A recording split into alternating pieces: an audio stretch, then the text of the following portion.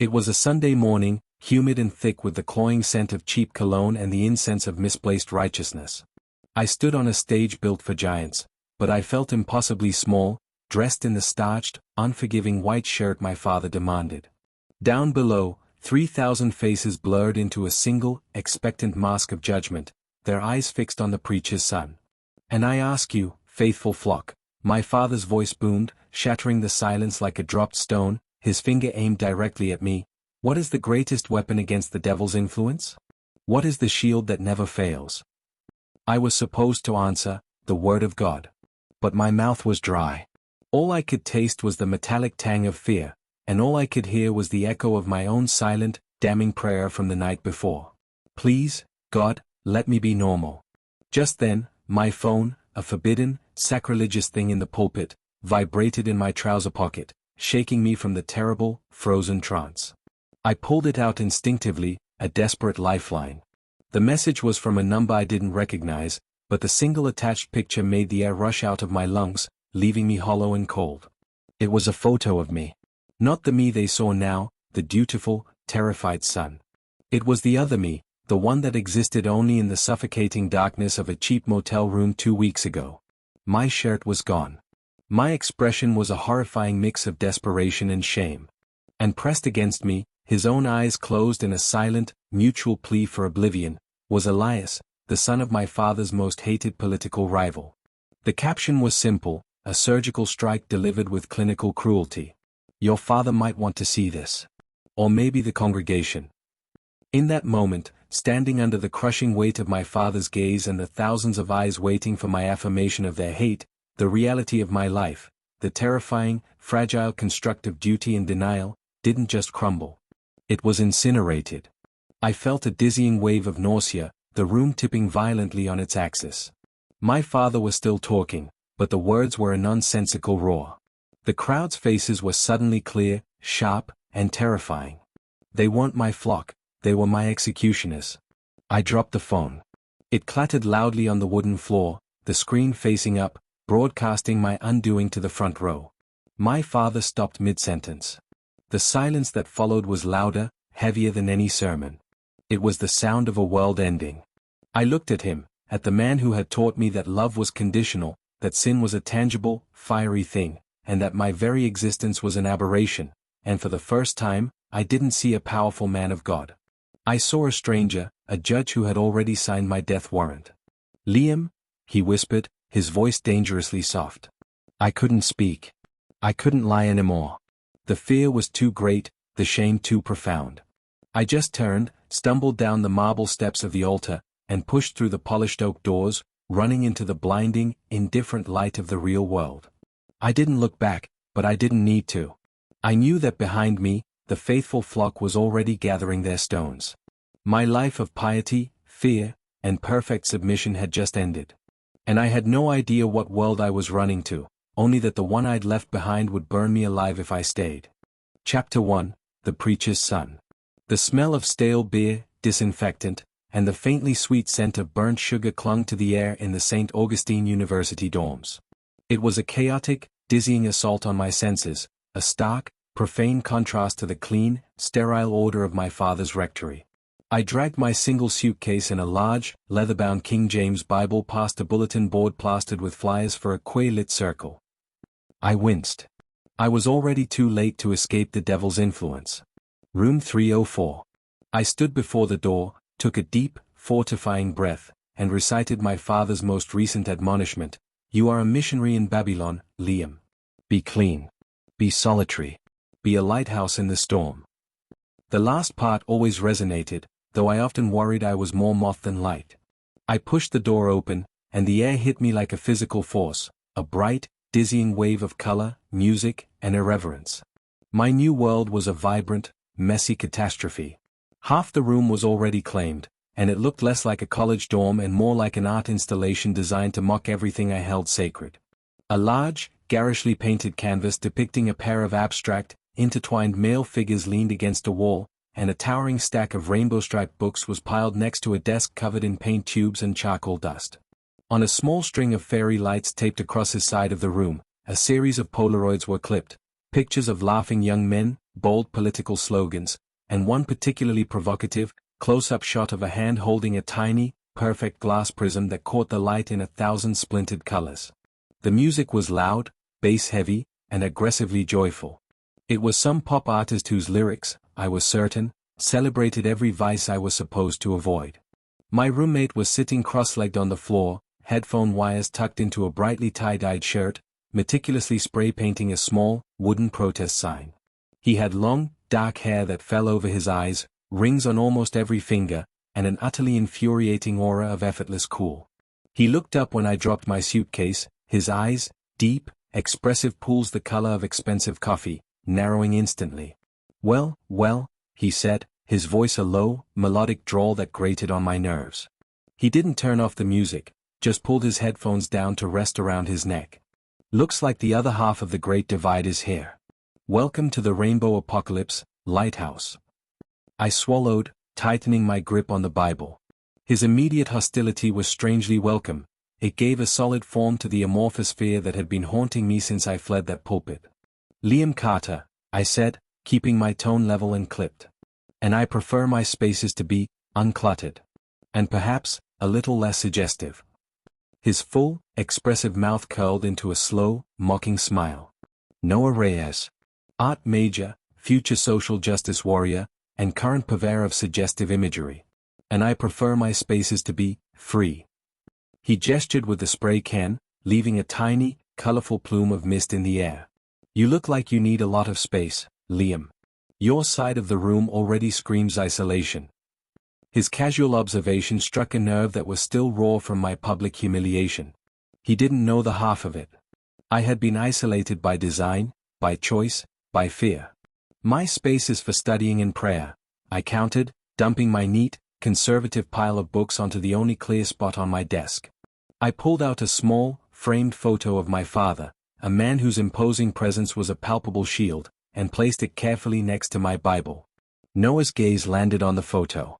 His smile evaporated, replaced by an expression of cold, weary understanding. Ah. The source material. That explains a lot. You're the preacher's son. St. Augustine's own private moral compass. He stood up, towering over me just slightly. Just so we're clear, Liam. This is my home, too. And in my home, people are allowed to be who they are. If your father's teachings make you uncomfortable with my very existence, that's your problem, not mine. I won't dim my light for your daddy's gospel. And I won't have my faith diluted by your activism. I shot back, the words coming out harder and faster than I intended. This is a university. There are rules. And there is a code of conduct. You flaunt a lifestyle that. That what? Noah stepped closer, his challenging eyes demanding a clear answer. The intensity was suddenly overwhelming. This wasn't just a political disagreement, it was a collision of two worlds that couldn't possibly coexist. That goes against your father's archaic manual on how to hate? Say it, Liam. Don't hide behind your scriptures. I couldn't say it. Not because I didn't believe it, I did, with every terrified fiber of my being, but because the sight of Noah, so unapologetically alive and free, stirred something deep inside me that felt suspiciously like envy. And below the envy, a faint, familiar pang of desire. It was a feeling I had tried to bury alive 2 weeks ago, and it was back with a vengeance, staring at me with those beautiful, damning coffee eyes. I retreated, physically and emotionally. I have nothing more to say to you, Mr. Reyes. Just keep your side of the room. And your influences. I flipped the power switch on the small, portable CD player I had packed, and the rich, somber harmonies of a classic gospel choir swelled, attempting to drown out the noise of his pop music and his very presence. Noah just laughed, a dry, humorless sound that cut right through the hymn. He put his headphones back on and picked up his spray can, turning the volume of his music up another notch in direct, joyful defiance. The small dorm room, divided by an invisible but thick line of hate and fear, was instantly transformed into a silent battleground. On one side, a defiant rainbow. On the other, the stark, white armor of religious dogma. We were two ships, moored in the same port, destined to crash. I spent the next hour unpacking, my movements precise and angry, trying to ignore the rhythmic tapping of Noah's spray can and the bass thumping against the thin walls. My hands trembled slightly as I smoothed the crisp white sheet over my bed. I was here to be redeemed, to prove that my slip with Elias was a momentary lapse, a weakness of the flesh. I was here to find my way back to the only light I had ever known. But with every thump of the music and every colorful stripe Noah added to his canvas, I felt the light inside me dimming, and the terrible, seductive darkness I had fled beckoning me back. When I finally lay in bed, the single ceiling light blazing against the encroaching darkness of the evening, Noah's side of the room was completely dark, save for the faint glow of his laptop screen. I could see the outline of his body on the bed, his back to me. He looked peaceful, unburdened. I looked at the picture of my father, then at the single, stark white wall of my side of the room, and finally, at the small, colorful prism on Noah's desk, which seemed to capture all the light and refused to give it back. I wasn't a missionary in Babylon. I was a prisoner, and the lock was on the inside of my heart. And I had a terrible, sinking feeling that my prison guard, Noah Reyes, was the only one with the key. The last thing I heard before I finally drifted into a fitful, guilty sleep was the sound of Noah softly, almost unconsciously, humming the melody of his loud, sacrilegious pop song. It was a sweet, utterly human sound. I woke up at 3 a.m., covered in a cold sweat. I had dreamed of Elias, not of hellfire. I rolled over, trying to catch my breath, and saw Noah still awake, sitting up in his bed, sketching intently in a small, black notebook, the laptop screen casting a pale, cold light on his face. I should have closed my eyes, should have prayed. But I couldn't. Something held my gaze, the intense focus in his eyes, the almost painful concentration of his brow. He was creating something beautiful, something honest, while I was simply trying to survive the lies. As if sensing my stare, Noah looked up. His eyes met mine across the dark chasm of the room. He didn't look angry now, only exhausted and a little sad. For a long, silent moment, he just held my gaze, and I felt a flicker of that forbidden, terrifying connection again. Then, he dropped his eyes back to his notebook, the moment broken. But the connection lingered, an invisible, electric thread taut between our beds. "He's just a boy," a small, traitorous voice whispered in my heart. "He's not the devil." And that was the most terrifying thought of all. The next evening, I come back from a particularly soul-draining lecture on moral ethics to find not just Noah in the room, but a dozen other people, a sea of bright colors, loud laughter, and a massive, glowing banner unfurled across his side of the room, "Pride in Progress." The party has already started, and I am standing in the middle of everything I was taught to fear. Chapter 2, Under the Same Roof. The sound hit me first, a wave of chaotic, joyful noise that made the hair stand up on the back of my neck. Then the sight, my small, sterile dorm room, the only place I felt remotely safe, had been colonized. I stopped dead in the doorway, my heart hammering against my ribs, dropping my textbook with a loud thud. There were at least 15 people crammed into the space, most of them radiating an aggressive, unapologetic confidence I had never encountered. Rainbow banners draped over the bookshelf, glitter scattered across the floor like tiny, shattered stars, and a massive, glowing sign written in vibrant pink spray paint had been unfurled across Noah's half of the room, "Pride in Progress." They weren't being discreet. They were being loud. They were being visible. They were celebrating everything my father had ever taught me was a path to ruin. And Noah. He was in the center of it all, laughing, his dark hair falling across his eyes, holding court with a confident ease that was breathtaking. He was wearing a t-shirt that read, "I woke up like this, gay," and he looked utterly, perfectly happy. His eyes caught mine across the crowded room. His smile didn't falter, but a flicker of something cold and challenging crossed his face. He knew exactly what this sight would do to me.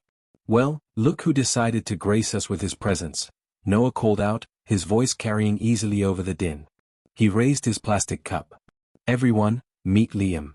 He's my roommate. He's here on a mission to save our souls, one judgmental glare at a time." The entire room turned to look at me. The laughter died down, replaced by a wall of curious, slightly hostile stares. I felt instantly exposed, my conservative clothes and rigid posture broadcasting my entire life story. I felt the familiar, burning shame mixed with a white-hot anger. This was a direct, humiliating violation of my space. "Noah, what is this?" I demanded, my voice tight and thin. Noah walked over, stopping just short of the invisible line dividing the room. He smelled like cheap beer and something clean and spicy, like cinnamon. It's a gathering, Liam. A collective. We're planning a campus-wide pride event. You know, celebrating the vices and degeneracy you hold so dear. He lowered his voice, the sarcasm a physical sting. Don't worry. We won't convert you. Unless, of course, you secretly want to be saved by the power of the rainbow. This isn't appropriate, I hissed, clutching my leather-bound Bible like a shield. This is a dorm room, not a protest hall. You know the rules about noise and gatherings. Oh, is that what this is about? The rules? Noah crossed his arms, his beautiful eyes suddenly hard and unforgiving. Funny, Liam. I thought you were worried about the sin. About the corruption of your pure little soul. Which is it? The fire code, or the fire and brimstone? It's about respect, I spat out, hating the tremor in my voice. I don't respect this lifestyle, and I certainly don't appreciate being forced to witness it in my own room. The party was silent now. Every single person was watching us. I could feel the weight of their collective judgment pressing down on me, just like the congregation had that terrifying Sunday. I felt trapped. Respect. Noah repeated, a chilling edge to his voice. He took a deliberate step onto my side of the room. You want to talk about respect? You walk around this campus every day carrying the banner of a faith that actively and systematically calls for my damnation, my subjugation, and my complete erasure. You carry that hatred with you like a badge of honor, and you expect me to respect your need for a clean space. He leaned in, his breath warm against my ear, and delivered the killing blow. You don't hate me, Liam. You hate what you are capable of feeling. You hate that I remind you of what you want. And you're scared spitless that your daddy will find out that the preacher's son is just as filthy as the rest of us. The accusation was so precise, so utterly true, it felt like he had reached into my chest and squeezed my heart. I staggered back, the humiliation searing through me. I didn't even register raising my hand until the heavy weight of the Bible connected with the wooden floor. Get out! I shouted, the raw pain and fear finally breaking through the wall of my composure. Get every single one of you and all your filth out of my room. Now. A stunned silence fell. Noah didn't move. He just stared at me, his face etched with a mix of fury and genuine pity. Then, slowly, he nodded toward his friends. All right. Party's over. Let the man bask in his solitude and his purity. One by one, they filed out, muttering and throwing glares back at me. Noah was the last to leave. He picked up his pride sign, but paused at the door, his hand resting on the frame. Just remember this, Liam, he said quietly, his gaze devastatingly sincere. You are the one who is alone. And I never asked you to be silent. I just asked you to be human. Then he shut the door, leaving me in the suffocating silence, surrounded by scattered glitter, a few empty plastic cups, and the terrible, echoing truth of his words. I stood there, trembling, until I heard the distant sounds of their laughter fading down the hall. I hadn't won. I had just driven away the only source of light. The tension after that night was thick enough to choke on. For the next 2 weeks, we existed as ghosts to each other. We used the room in shifts, avoiding eye contact, communicating only in sharp, clipped notes about rent or laundry. Noah kept his music low, but he'd leave his notebooks open on his desk, sketches of protest signs and vibrant, angry artwork staring back at me like unspoken insults. I, in turn, played my gospel music, loud enough to be heard, but never loud enough to force a confrontation. It was a cold war fought with silence and symbolism. One Tuesday night, a storm rolled in, a ferocious, elemental beast of wind and rain. The lights in the dorm flickered wildly as I sat on my bed, trying to read a passage on forgiveness that felt particularly hollow. Noah was on his bed, earbuds in, working on his laptop. He glanced up at the window, a small, involuntary jump in his shoulder when a jagged spike of lightning illuminated the entire room. Then, with a deafening crack, the lights died. The laptop screen went black. The music stopped. The silence was instant, complete, and terrifying. Great, Noah muttered, pulling out his earbuds. Just great. I fumbled for my phone, but the battery was dead. I have a couple of emergency candles in the bottom drawer, Noah said, his voice surprisingly soft in the pitch black. The sound of the rain was a relentless drumming against the window pane. He opened his drawer, and a moment later, a weak, sputtering flame bloomed into the darkness, casting long, dramatic shadows that danced on the walls. He set the candle on his small bedside table, then grabbed a second one and placed it squarely on the dividing line between our spaces. The tiny flame pulsed, illuminating our faces in a fragile, yellow glow. We were trapped. Just two boys, sitting in the dark, separated only by a flickering flame. "Looks like we're stuck with each other," I said, the formality of my voice sounding absurdly small in the storm. Noah actually smiled, a genuine, tired expression that reached his eyes. It was the first time I had seen him look anything other than defiant or angry. "Looks like it. Funny, how silence can force a conversation better than shouting." He sighed and leaned back against the headboard. "I hate storms. Makes the world feel like it's collapsing." I nodded slowly, surprised by the honesty. "I used to hide under my parents' bed when I was little. My father would tell me to pray louder than the thunder." "And did it work?" "It stopped the fear," I admitted. "It didn't stop the storm." Noah was quiet for a minute, tracing the rim of his cup with his finger. "I don't have a father anymore. Not really. He's still alive, but I lost him the day I told him who I was." The bluntness of it knocked the breath out of me. I waited for the anger, the blame, the bitterness.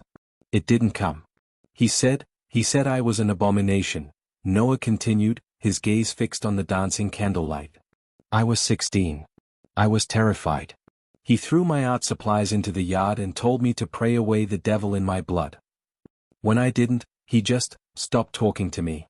Stopped seeing me. This university, this art, it's my mother's doing." She fought him on the quiet. She knew I needed to breathe. He looked up, and his eyes were glistening in the candlelight. The defiance was gone, replaced by a profound, heartbreaking vulnerability. "You grow up with that, Liam. You grow up being told that being yourself is an act of violence against the people who are supposed to love you most. You learn to fight, or you learn to disappear." My own breath hitched in my throat. This was not the arrogant activist. This was a son, abandoned and hurt, wrestling with the same crushing weight of conditional love that had driven me to run from my own life. His struggle wasn't an abstract sin, it was a scar, visible and painful. "I ran away," I whispered, the words surprising even myself. The admission felt like a betrayal. "I didn't tell anyone. I just ran from the church, from my father, from everything." "Why?" Noah asked, his voice gentle. "I couldn't tell him about Elias. I couldn't tell him about the picture. I just looked at the candle flame, mesmerized by the way the shadow of my hand trembled on the wall. Because I realized that the things they taught me to fear, the things they taught me to hate, they weren't outside of me," I confessed, the words tasting like ash. "They were inside. And I was terrified that if I stayed, the lie would consume me whole." Noah didn't jump on the implication. He didn't point out the hypocrisy. He just looked at me with an unexpected, profound empathy. "We're more alike than you want to believe, preacher's son," he murmured, the low rumble of thunder masking his words. "We both ran from the same judge, just in opposite directions. You ran to the rules. I ran to freedom. But we both ended up under the same roof, hoping the storm doesn't tear it down." He picked up the candle between us and moved it closer to my side of the desk, illuminating my face fully. "It's okay to be scared, Liam. It's not a sin. It's just being a person." His kindness, utterly undeserved, was a devastating weapon. It cracked the armor of my hatred, and for the first time, I saw him not as a sin to be avoided, but as a sanctuary in the chaos. I closed my eyes, the image of his vulnerable face burned into my memory. God, forgive me. I'm starting to see him as human. The rain hammered harder. The storm raged outside. Inside, the quiet tension had morphed into a fragile, terrifying understanding. Later that week, desperate to prove Noah wrong, to prove to myself that I was still normal, I sneak out to a chaotic, fraternity-hosted campus party. I drink, not to celebrate, but to self-destruct. When the room begins to spin and the world turns fuzzy, the last familiar face I see pushing through the crowd toward me is Noah's, his expression a mixture of confusion, frustration, and alarm. I know this is a mistake, but it's too late to stop the self-inflicted spiral. Chapter 3, Crossing the Line. The cold rain of the thunderstorm had long since passed, but a deeper kind of storm was brewing inside me. Noah's kindness in the dark, his shared wound, had been more devastating than his anger. It had softened the hard shell of my hatred, leaving me raw and exposed to the terrifying truth: I was wrong about him. And if I was wrong about him, then I was wrong about everything. About my faith. About my father. About myself. The thought was a chasm opening beneath my feet. I couldn't stand it. I needed to prove the softness was a mistake, an anomaly caused by candlelight and shared fear. I needed to re-erect the walls. That's what led me to the Omega Delta Pi fraternity house on Friday night. My father's voice echoed in my head: fraternities are dens of iniquity, Liam. They are the fast track to corruption. That used to be a warning. Tonight, it sounded like an invitation. I needed to be corrupt. I needed to be normal. The air in the fraternity house was a suffocating mix of cheap cologne, stale beer, and sweat. The music was so loud it vibrated in my teeth. I stood awkwardly in the corner, feeling impossibly stiff and out of place in my dark jeans and conservative button-down. I was supposed to be studying scripture. Instead, I was here, trying to achieve spiritual suicide by proximity. A large, grinning frat brother shoved a red Solo cup into my hand. "You look thirsty, man. First one's free." I stared at the pale, fizzy liquid. I had never touched alcohol in my life. Vices, my mind screamed. No moderation. No compromise. I looked around at the laughing, swaying faces. They looked free. They weren't burdened by the weight of a legacy or the terror of a hidden sin. They were just living. I brought the cup to my lips and took a hesitant sip. It burned, sharp and metallic. I hated it. I took another, bigger drink. And another. And then I chased it down with the grim determination of a man trying to poison himself for the greater good. The liquid didn't taste like freedom. It tasted like numbness. But after 3 full cups, the terrifying clarity I usually possessed began to warp, becoming gloriously, dangerously fuzzy. The noise didn't hurt my ears anymore. It was a rhythmic, comforting roar. The room was spinning gently, and I started to smile, a wide, idiotically carefree smile I didn't recognize. I was finally, beautifully, unhinged. I remember stumbling through a crowd of bodies, laughing too loudly at a joke I didn't understand. The guilt that was usually a physical weight in my chest had evaporated, replaced by a reckless, exhilarating abandon. This is normal, I told myself, the words slurring in my mind. This is what free people do. Then, through the haze of cheap liquor and flashing lights, I saw him. Noah. He was standing near the door, his arms crossed, looking utterly out of place, but for different reasons than me. He wasn't participating, he was observing, his expression a tight knot of concern and judgment. He looked like the only sober person in a sinking ship. When he saw me, red-faced, swaying, and about to spill my 4th cup of punch, his expression shifted instantly from observation to alarm. He pushed off the wall and started navigating through the crowd toward me, his movements quick and decisive. "Liam. What the hell are you doing?" he shouted over the music. "I'm being normal." I yelled back, my voice thick.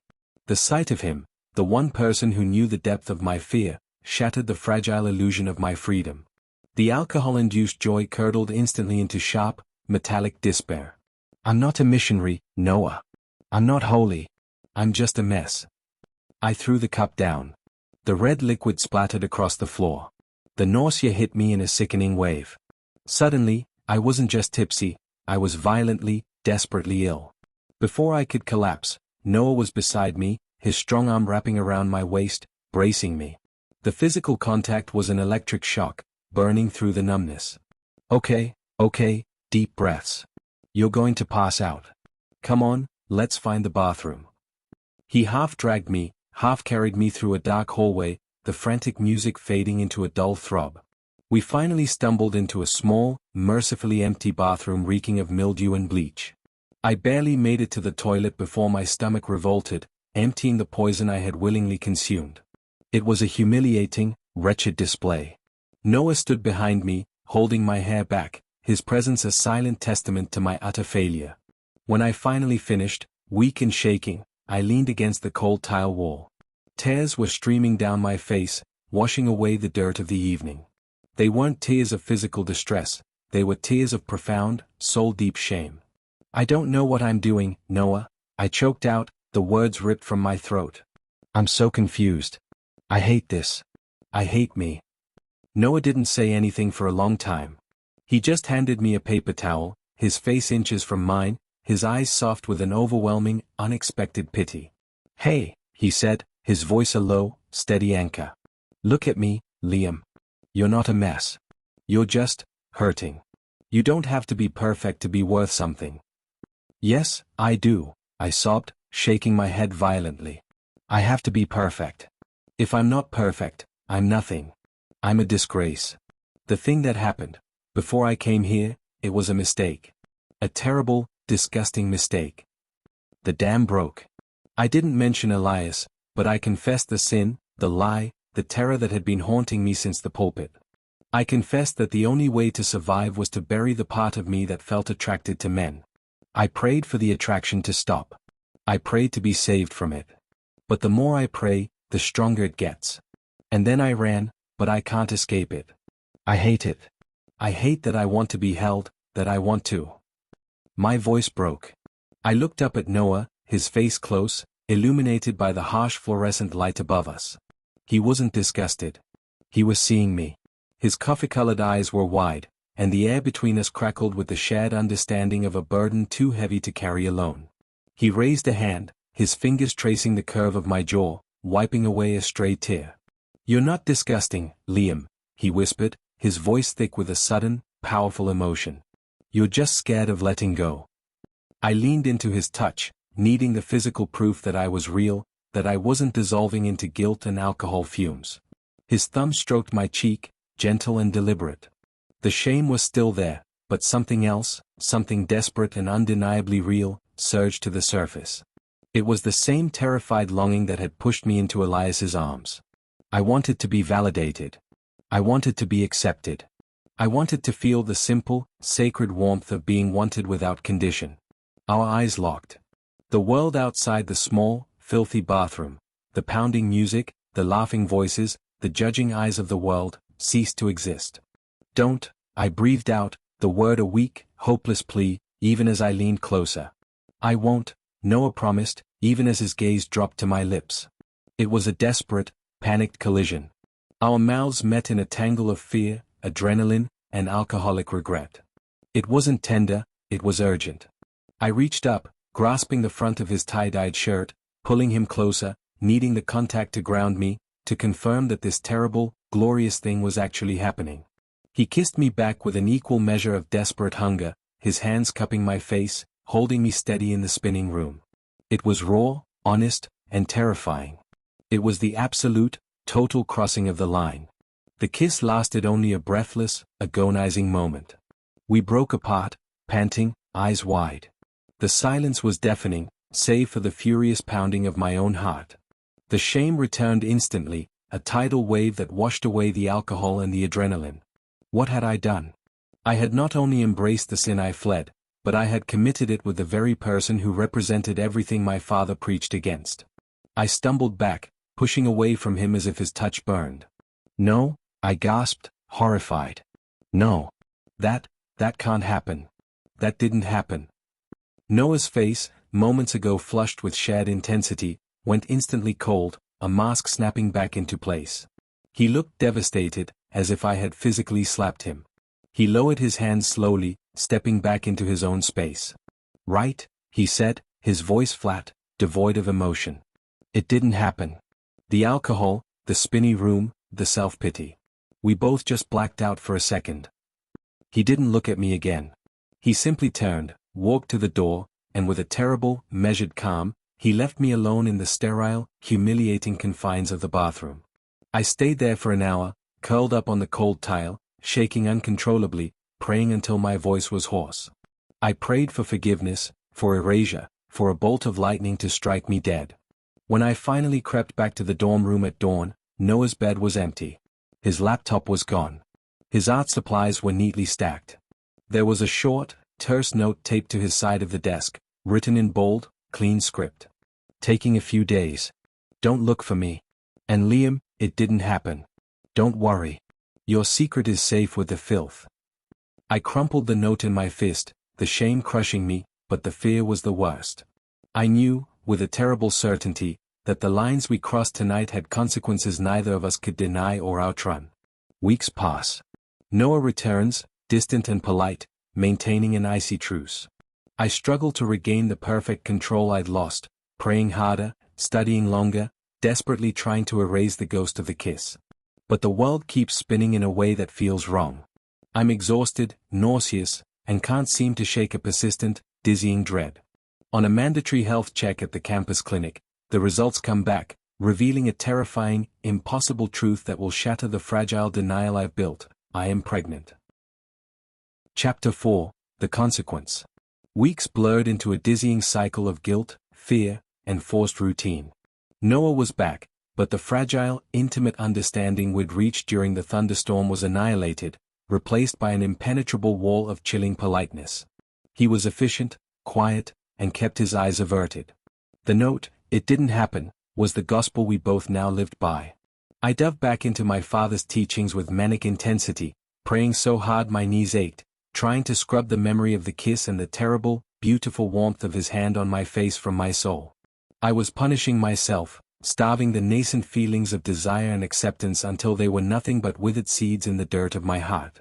But the world wouldn't stop spinning. I was exhausted, always. I couldn't stomach the hearty breakfast grits I usually forced down, and the smell of the campus cafeteria, the burnt coffee, the stale pizza, was enough to send me scrambling for the nearest bathroom. I convinced myself it was stress, divine punishment for the night at the fraternity house.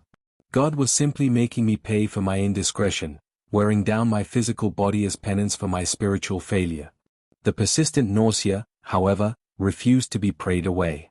It was during a mandatory physical exam for an athletic scholarship application that the truth came slamming down, not as a whisper of shame, but as a deafening, biological roar. The campus clinic was sterile and impersonal. I sat on the paper-covered table, shivering slightly, convinced the doctor would find something wrong with my blood, a telltale sign of my moral contamination. Dr. Evans, a kind woman with tired eyes, finished her examination and looked at me over the rim of her glasses. She was smiling, but her tone was hesitant, professionally cautious. "Liam, I ran a few extra blood panels and a routine hormone check," she began, adjusting the file folder on her lap. "Based on your persistent complaints of morning sickness and fatigue, I needed to rule a couple of things out." I waited, bracing for the lecture on stress management. She cleared her throat. "Liam, you know your reproductive anatomy is non-traditional.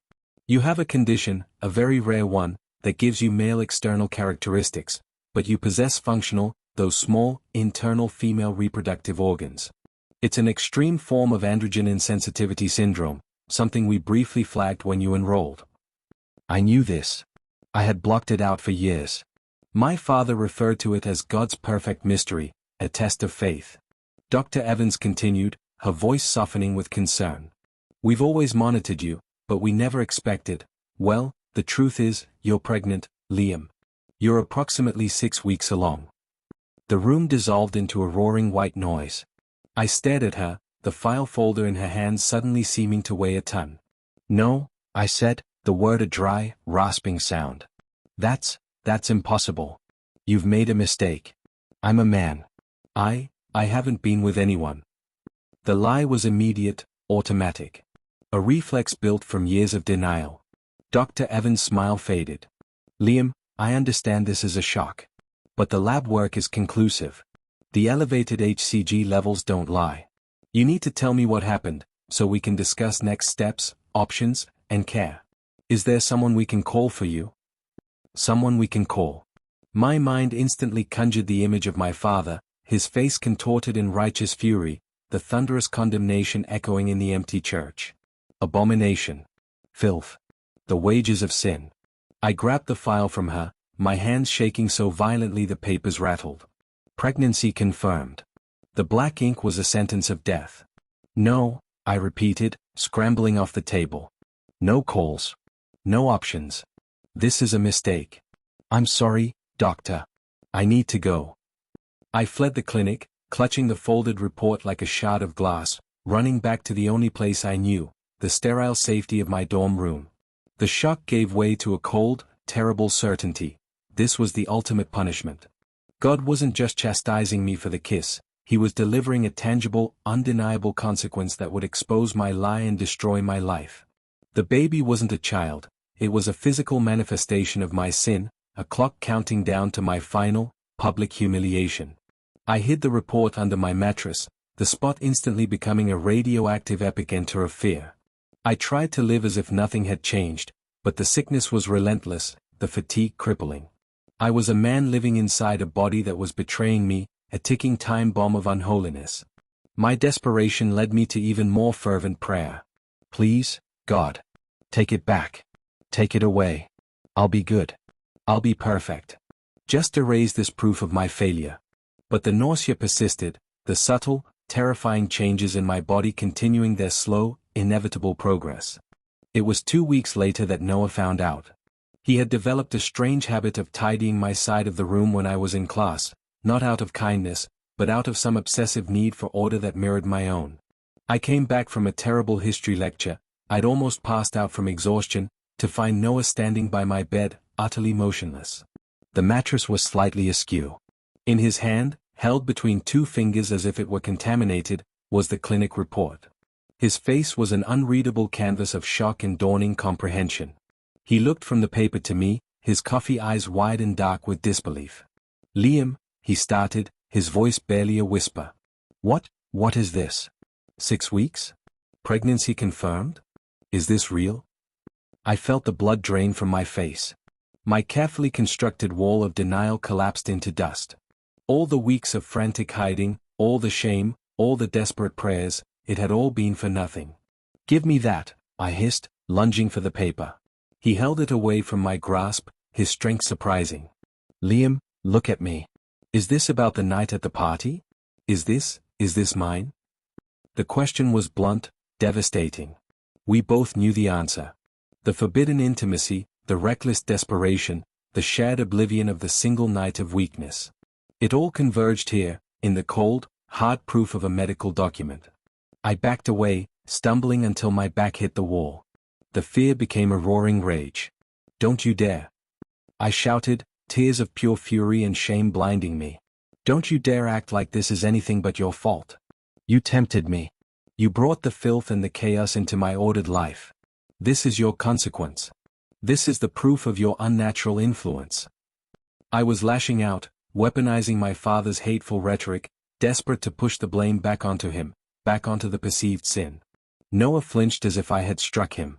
The shock on his face hardened into a familiar, weary sadness. He didn't shout back. He simply lowered the report, his gaze unflinching. You think this is a consequence for my unnatural influence? He asked quietly. You think God sent you a baby as punishment for one kiss? Liam, that is the most twisted, self-hating lie I have ever heard. He walked slowly toward me, dropping the report on my desk. You are carrying a life, Liam. A human being. And you are terrified, and you are exhausted, and you are trying to pray it away. That isn't faith. That's cruelty. He stepped closer, his presence overwhelmingly solid. I don't care what your father says. I don't care what you call me. I may not have been the best choice that night, but I am here now. And if this is real, then you are not going through this alone. He reached out, his hand hovering uncertainly over my shoulder. I insist on helping. We'll figure this out. We'll find a doctor. We'll look at all the options. But you need to stop talking about this like it's a curse and start admitting it's happening. His unsolicited commitment, his immediate acceptance of responsibility, was overwhelming. It was the inverse of everything I had ever learned about conditional love. It was terrifying. Get away from me, I whispered, shrinking back against the wall. I don't need your help, Noah. I need you to disappear. You are a reminder of my failure. You are a sin I need to atone for. Just go. My words were venom, designed to repel, to wound, to push him to abandon me so I could fully embrace my suffering as my penance. But Noah didn't leave. He simply lowered his hand, his eyes filled with a resolute, stubborn determination I hadn't seen before. I'm not going anywhere, Liam, he said, his voice low and firm. You can call me every name in your father's book, but I will be right here. You are not going to destroy yourself, or this baby, out of fear and shame. Not on my watch. He turned and walked to his side of the room, pulling out his laptop and beginning to type, the clicking of the keys a sharp, practical counterpoint to the spiraling chaos in my mind. He was researching. He was planning. He was staying. I stared at the clinic report on the desk, a thin, flimsy piece of paper that held the power to obliterate my past and dictate my future. It was the undeniable consequence, the ultimate physical proof that I was exactly what my father feared. And the only person standing between me and complete destruction was the very man I was supposed to hate. The next morning, I wake up to the sound of a key turning in the lock.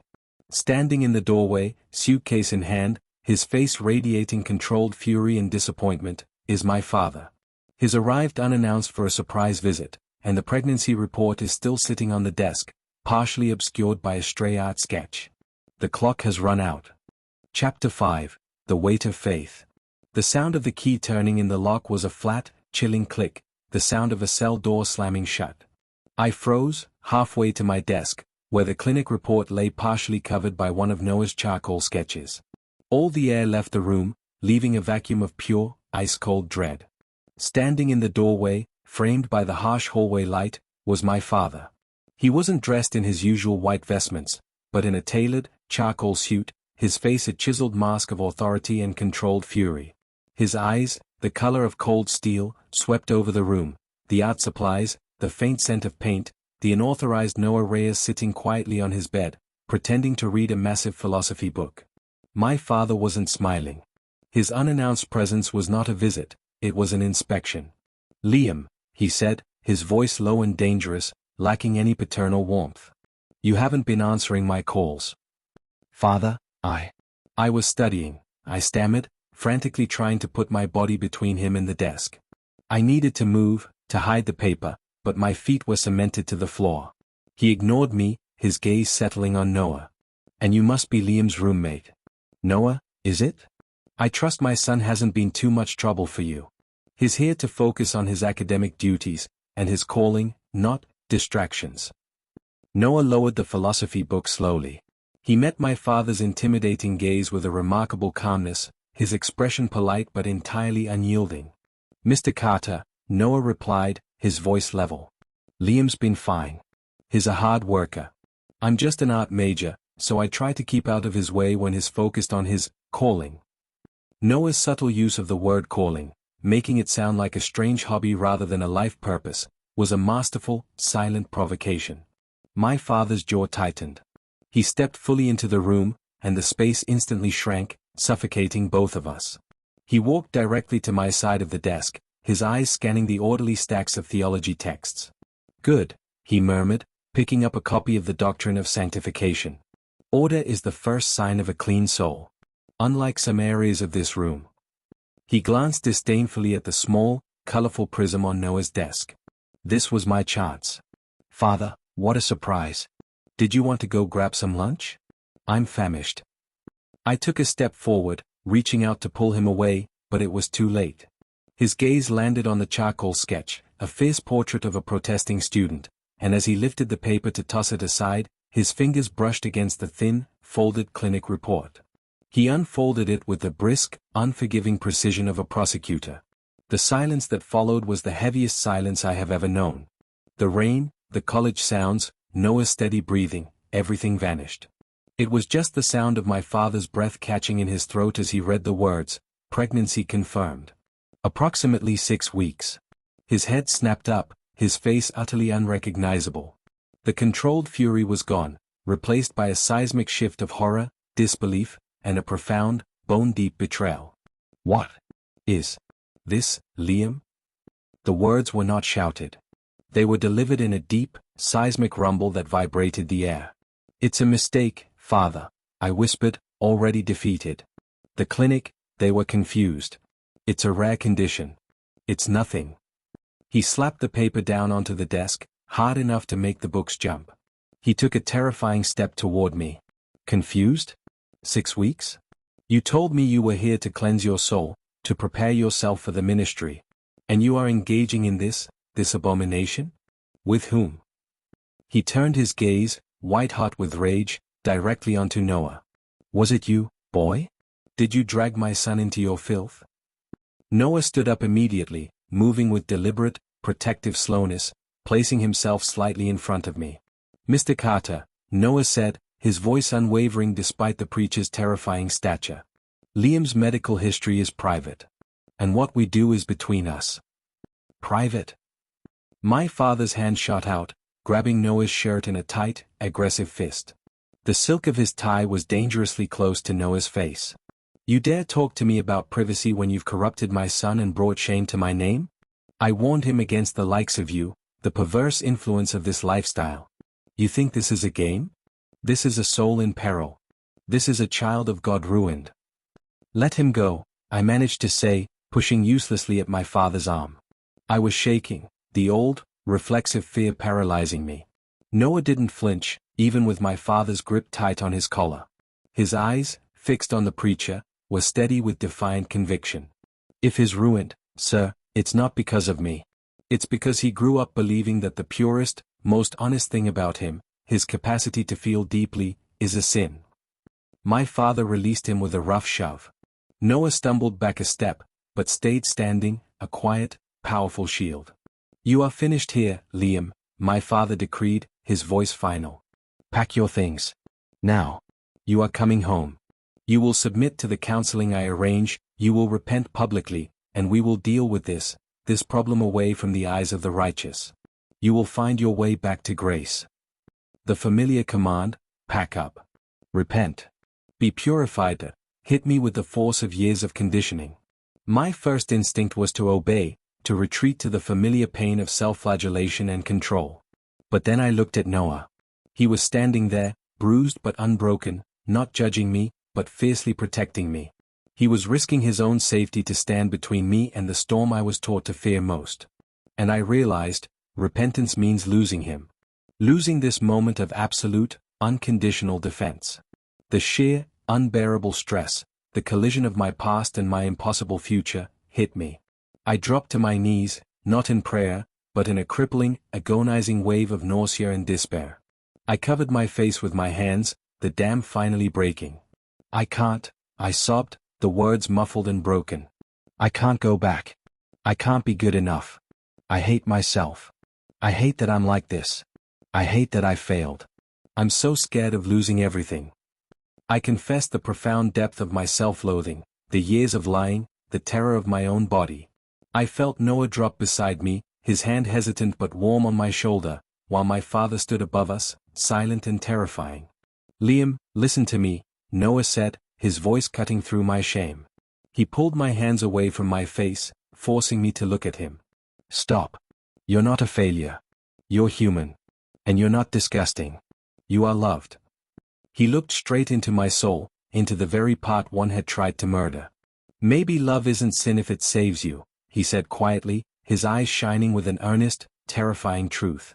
"Maybe your faith isn't broken, maybe it's just misplaced. Look at what you're choosing to serve, Liam, a God of fear, or a God of mercy." My father's roar shattered the moment. "Get your filthy hands off my son. He is coming with me.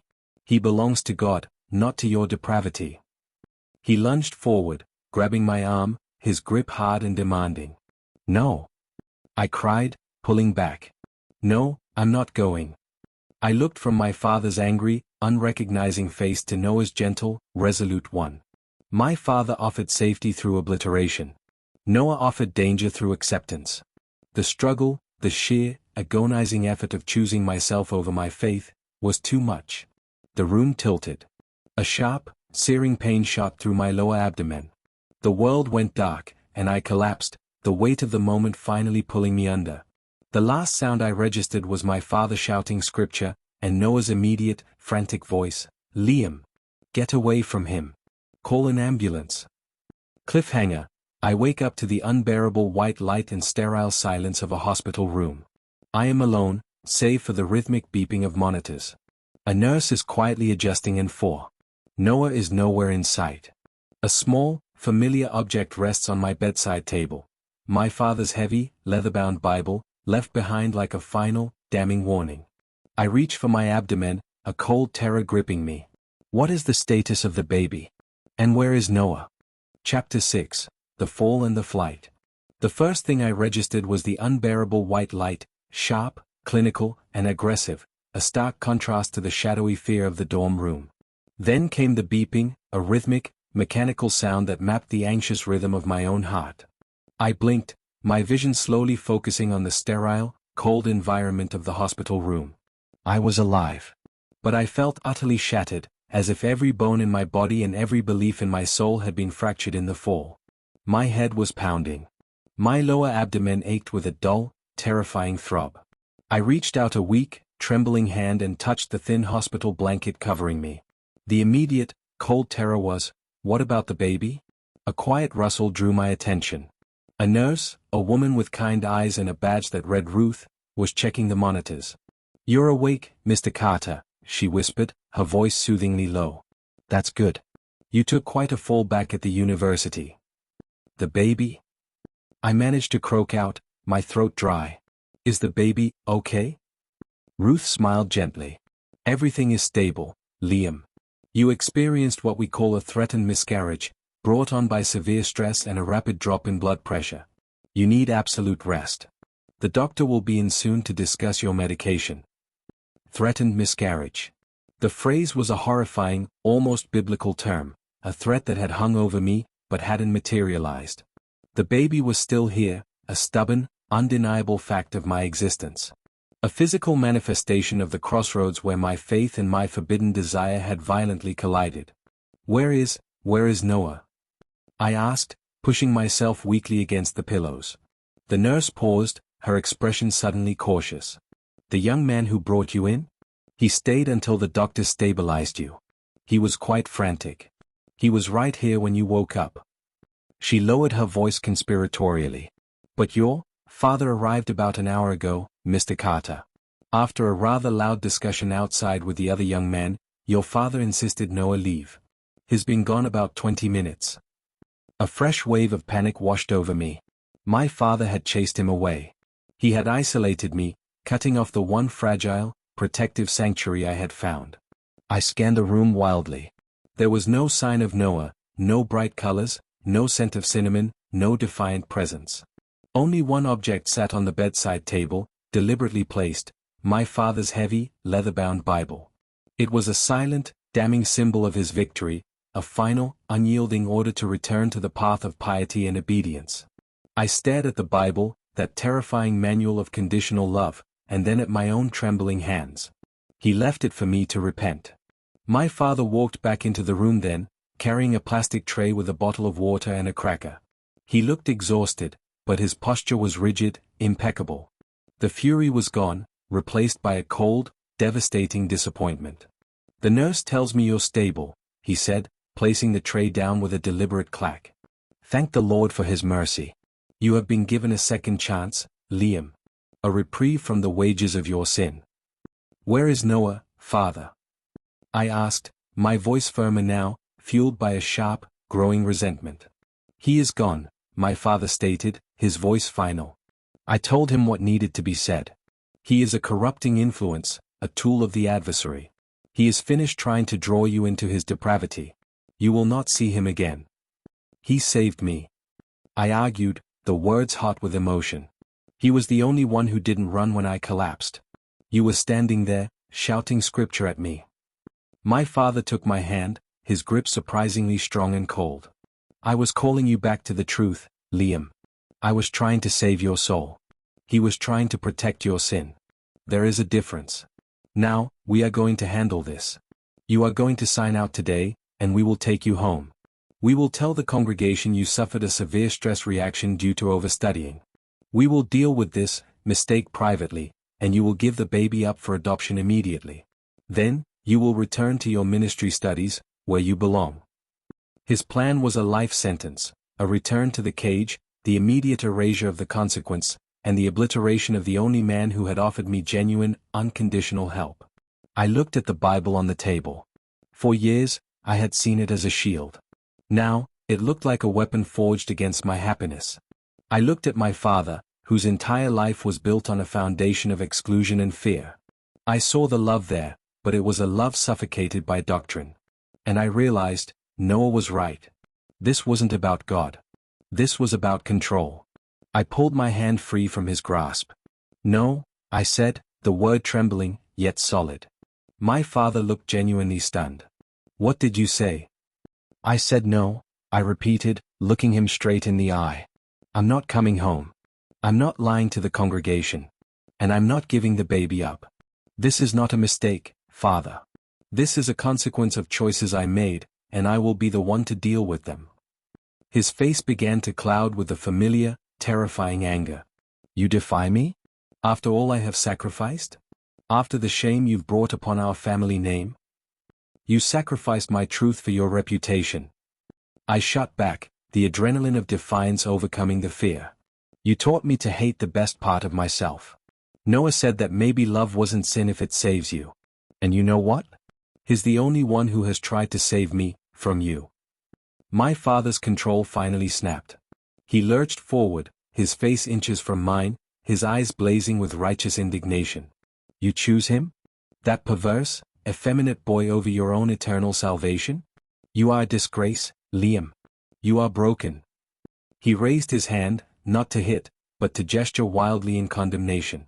Just then, the door opened and a breathless, disheveled figure rushed in, ignoring the warning glare of the nurse who tried to intercept him. It was Noah. He was drenched, his dark hair plastered to his forehead, his shirt soaked with rain. He must have been waiting outside, hiding in the downpour. He didn't even look at my father, his gaze locked instantly on me. Liam. Are you okay? He gasped, rushing to the bedside. My father roared, lunging between us. You. I told you to leave. Get out of this room before I call security. Noah ignored him, looking over his shoulder at me. Liam, I was terrified. Are you leaving with him?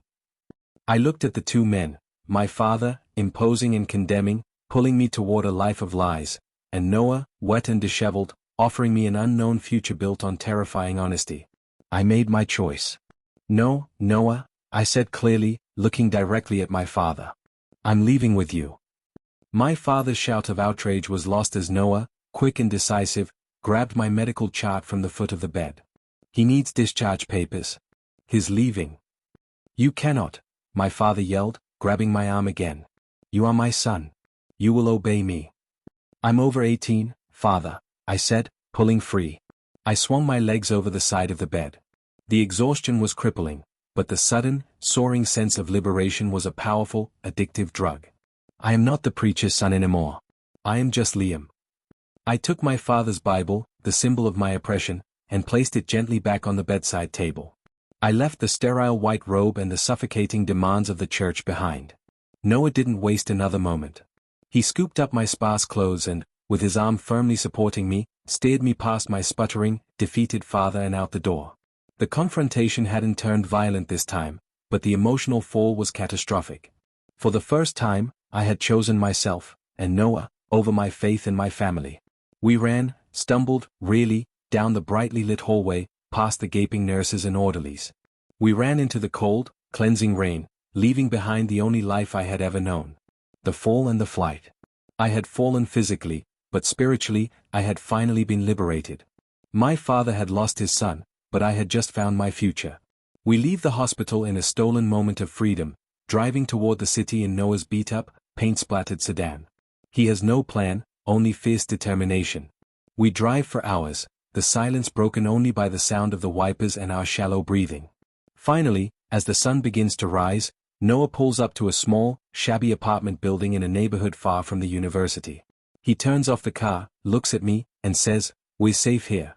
My aunt owns this place. It's empty. But we're going to have to make some money. And we need to tell your mother." Chapter 7. All the lines we crossed. The drive was a blur of exhaustion and adrenaline. Noah's sedan smelled like old coffee and turpentine, a comforting, honest scent compared to the sterile fear of the hospital. We didn't talk much. I leaned against the cold window, watching the landscape shift from manicured campus grounds to the chaotic sprawl of the city. With every mile, the weight of my father's authority lifted, replaced by a dizzying sense of absolute, terrifying freedom. As the first slivers of pale dawn cut through the heavy clouds, Noah pulled the car up to a small, slightly run-down apartment building with peeling paint, tucked away on a quiet street far from St. Augustine. He turned off the engine, and the resulting silence was profound. "We're safe here," Noah finally said, turning to look at me, his eyes tired but alight with fierce resolve. It's my Aunt Elena's. She uses it for storage, but it's clean, and it's empty. She knows everything about me, so she won't judge. She just told me to keep the lights off and send her pictures of the baby. He smiled, a tired, triumphant curve of his lips. We're underground, Liam. We're off the grid. I managed a weak smile back. Underground. That's probably where my father thinks I belong. Noah reached across the console and took my hand, his grip warm and grounding. Then let's bloom in the darkness. But we need a plan. We have to make some money. And, he paused, his gaze softening with concern, we need to talk to your mother. She deserves to know you're okay, even if she won't understand. 8 months later. The apartment wasn't much, 2 small rooms, the walls scarred from previous tenants, the furniture salvaged. But it was ours. It was a space defined by acceptance, not accusation. Noah had been true to his word. He enrolled in a city art college extension program, selling vibrant, politicized murals on commission. He taught me how to budget, how to cook things that weren't bland and beige, and how to ignore the gnawing guilt. I, in turn, found remote work proofreading textbooks, the skills my father had insisted on, order, precision, attention to detail, now funding my escape. My mother. I had sent her a short, carefully worded letter, giving her the address and telling her I was healthy, but that I couldn't return. Her reply was a single, tear-stained card containing only 2 words, be well. It was the greatest act of love and defiance she could manage. My father sent nothing. No calls, no letters. Only silence, heavy and complete, like a grave marker on my old life. The night Grace arrived was a chaotic, beautiful mess. The labor was long and agonizing, and the pain ripped away every last shred of my old, controlled composure. Noah was a fierce, relentless anchor. He didn't flinch, he didn't judge my screams, and he didn't leave my side. He held my hand so tightly I thought my fingers would break, whispering the same phrase over and over, you're strong, Liam. You're brave. You're doing this. When the doctor placed the tiny, wailing life onto my chest, the world stopped. The intense, burning love that flooded my soul was so overwhelming, so powerful, it redefined every religious concept I had ever known. This wasn't a sin. This was a miracle. This was grace. We named her Grace. Not for the divine favor of the church, but for the profound, undeserved grace Noah had shown me. I looked at Noah, exhausted and teary, his face streaked with sweat and pure joy. He was no longer the defiant activist, nor the angry roommate. He was a father, standing by the fragile, beautiful consequence of our reckless moment. She's perfect, Noah, I whispered, tears of joy finally replacing the tears of pain. She is, he agreed, his voice thick with emotion. He leaned down and kissed my forehead, a soft, reverent touch. She saved us, Liam. She forced us to stop running. The final scene took place 3 months later, in the warm, diffused light of our little apartment. Grace was asleep in her small, repurposed dresser-drawer crib. I sat on a low cushion, rocking her gently, watching Noah work. He was focused on the largest wall in the living room, the one right next to the small window that offered a view of the city's indifferent skyline. The wall was usually stark white, but Noah was transforming it. He was painting a mural, a wild, breathtaking landscape of color and movement. It wasn't political, it was profoundly personal. In the center, abstract forms representing 2 figures, one dark, one light, were intertwined, not aggressively, but in a motion of mutual support. A single, delicate, rainbow prism was suspended between them, catching the morning light. As he finished a line of script at the base of the mural, he stepped back, wiping a stripe of purple paint from his forehead. What does it say? I asked softly, nodding toward the wall. He walked over to me, leaning down to kiss my hair. He looked whole now, complete. The anger had smoothed out of his brow, replaced by the steady assurance of a man finally living his truth. He looked back at the mural, at the powerful message etched in flowing, confident script. $text, love was never the sin. He turned back to me, his eyes full of the kind of enduring love that had nothing to do with rules and everything to do with choice. The sin wasn't the kiss, Liam, he said, his voice quiet. The sin was the fear that kept us from loving honestly. We crossed every line, and the consequence was the greatest blessing. I looked from Noah's earnest face to the sleeping child in my arms, our daughter, Grace. The symbol of our consequence. And then I looked at the wall, at the glorious, painted truth that covered the empty space where my framed picture of the preacher used to sit. I was finally free. I had not lost my faith, I had simply redefined it.